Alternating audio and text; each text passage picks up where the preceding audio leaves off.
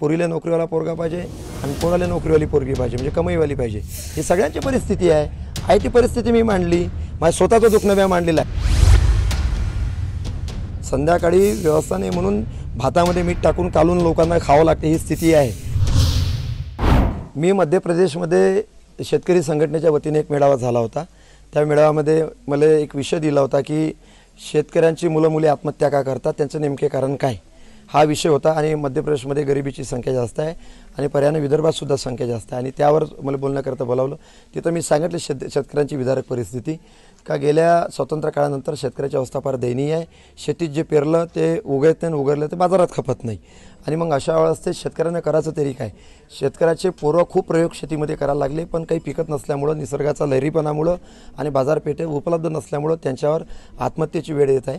सातारा जिल्हा असेल, विदर्भ असेल, यामध्ये 35-35 वर्षाच्या मुलांचे लग्न होत नाही। आणि प्रत्येकाची मागणी असते का नोकरीवालाच पोरगा आम्हाला भेटला पाहिजे, हीच प्रत्येकाची भावना आहे। म्हणजे पोरीला नोकरीवाला पोरगा पाहिजे आणि पोराला नोकरीवाली पोरगी पाहिजे, म्हणजे कमाईवाली पाहिजे। ही अडचण शेतकऱ्याच्या पोरांची झाली आहे, कारण त्याला निसर्गाचा लहरीपणा कारणीभूत आहे। मग पोराला असं वाटतं का बा शेतात काही पिकत नाही, जाऊन पुण्या मुंबई ड्युटी करावं, पण ड्युटी भेटत नाही। ही अवस्था शेतकऱ्याची लेकरांची झालेली आहे। आणि ही वस्तुस्थिती, विदारक परिस्थिती मी त्या सभेच्या निमित्तानं शेतकऱ्यांसमोर मांडली। आणि याच्यामध्ये कुठल्याही माता भगिनीचा मन दुखवण्याचा माझा कुठलाही भाव नव्हता। मी माझी खरी परिस्थिती, कारण मी माझ्या 36 वर्ष लग्न झालं, माझ्या घरच्या लोकांचे पोरा, माझ्या बहिणीगिनीचे 30-30, 28-28 वर्षाचे व्हायला लागले, त्यांचे लग्न होऊन नाही राहिले।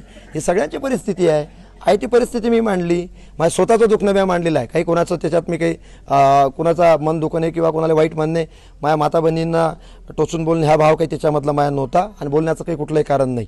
मी आज माझी स्वतःची आर्थिक परिस्थिती, मी शेतकऱ्याचा पोरगा म्हणून सगळ्याची विदारक परिस्थिती मी सांगायला लागलो। आजही फिरलो, चिखलदरा असेल, आमच्या भागात असेल, संध्याकाळी व्यवस्था नाही म्हणून भातामध्ये मीठ टाकून कालून लोकांना खावं लागते, ही स्थिती आहे। वरचं दिल्ली मुंबईवाल्यांचं सगळं बरोबर आहे, पण आमच्या गावगाड्यातलं शेतकऱ्याचं मोठं फाटलेलं आहे। ही विदारक परिस्थिती मी समोर आणलं। त्याच्यात काही कुठलाचा चेष्टेचा भाग किंवा कोणाला टोचून बोलणे किंवा कोणाला कमी लेखणे हा त्यातला माया भाव नव्हता।